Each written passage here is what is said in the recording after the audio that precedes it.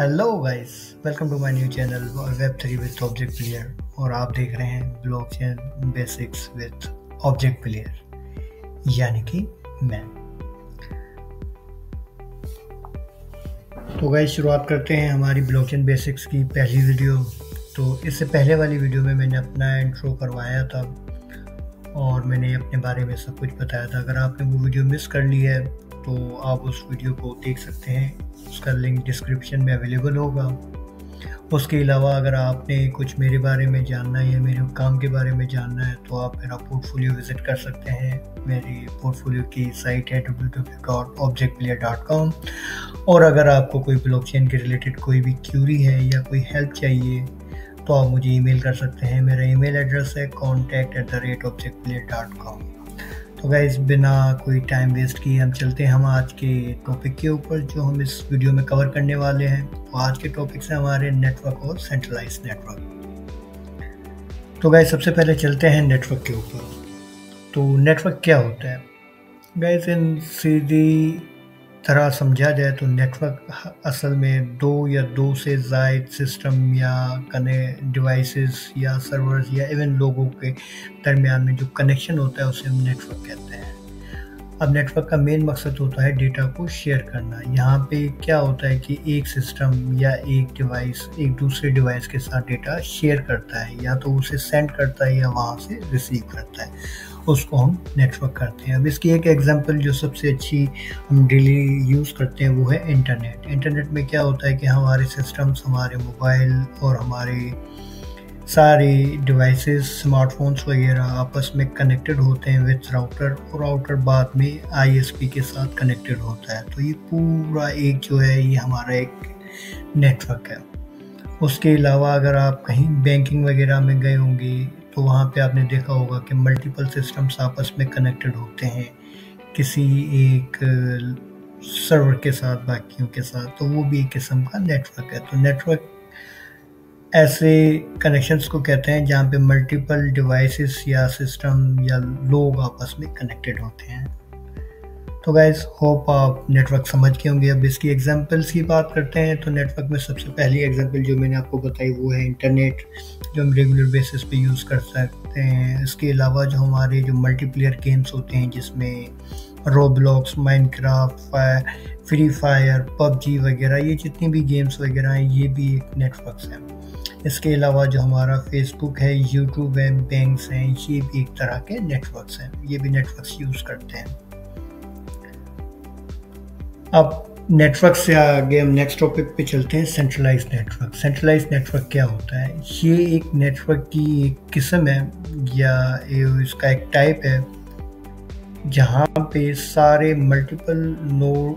Multiple systems या devices या servers कह सकते हैं, वो आपस में कनेक्टेड होते हैं एक सिंगल एंटिटी के साथ। जैसे कि ये पिक्चर आपको दिख रही है, यहाँ पे आप देख सकते हैं कि मल्टीपल डिवाइसेस आपस में कनेक्टेड नहीं है, लेकिन वो किसी एक सर्वर के साथ कनेक्टेड है। हर किसी का लिंक एक सर्वर के साथ है और यहाँ से वो अपनी डेटा को सेंड करते हैं या रिसीव करते हैं।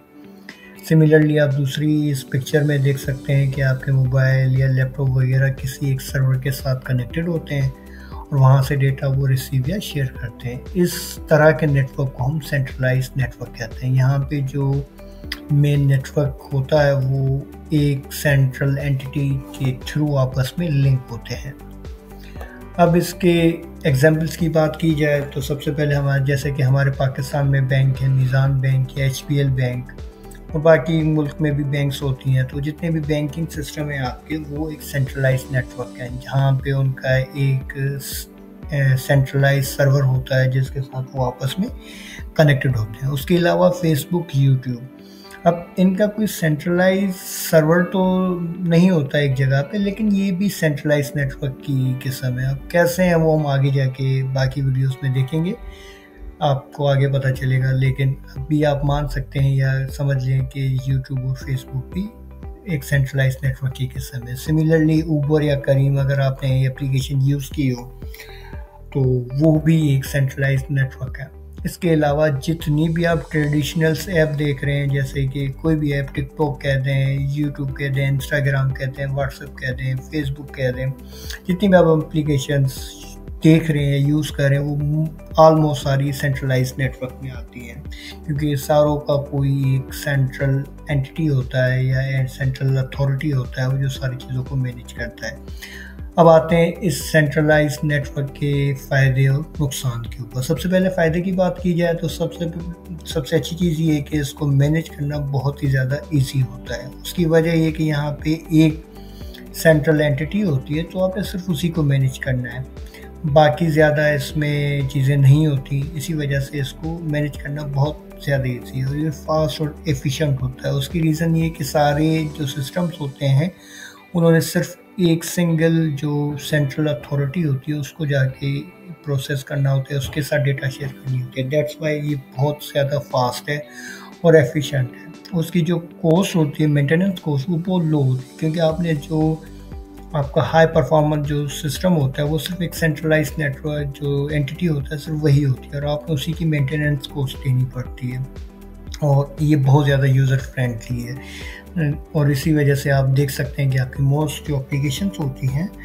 वो सेंट्रलाइज्ड नेटवर्क की एक किस्म होती है। अब इसके नुकसानात की बात करते हैं तो नुकसानात सबसे पहले ये कि यहाँ पे जो मेन नुकसान है इसका तो या ड्रॉबैक है वो ये कि सिंगल पॉइंट ऑफ फेलियर। अब सिंगल पॉइंट ऑफ फेलियर ऐसे कि अगर हम पुरानी एग्जांपल्स में जाएं वहाँ पे आप देख सकते हैं यहाँ पे कि ये सारे सिस्टम आपस में किसी एक सर्वर के साथ एक सेंट्रल एंटिटी के साथ कनेक्टेड हैं। लेट्स सपोज ये एक जो सेंट्रल एंटिटी है ये ब्रेक हो जाती है, ये डाउन हो जाती है, तो क्या होगा, तो आपका सारा का सारा नेटवर्क डिस्कनेक्ट हो जाएगा, उसका आपस में कोई ताल्लुक नहीं रहेगा और आपका नेटवर्क ख़त्म हो जाएगा। तो यहाँ पे सिर्फ एक एंटिटी या एक सेंट्रल सिस्टम है जिसके सिर्फ एक ही सिस्टम अगर हम ब्रेक कर देते हैं तो पूरा का पूरा नेटवर्क ख़त्म हो जाता है।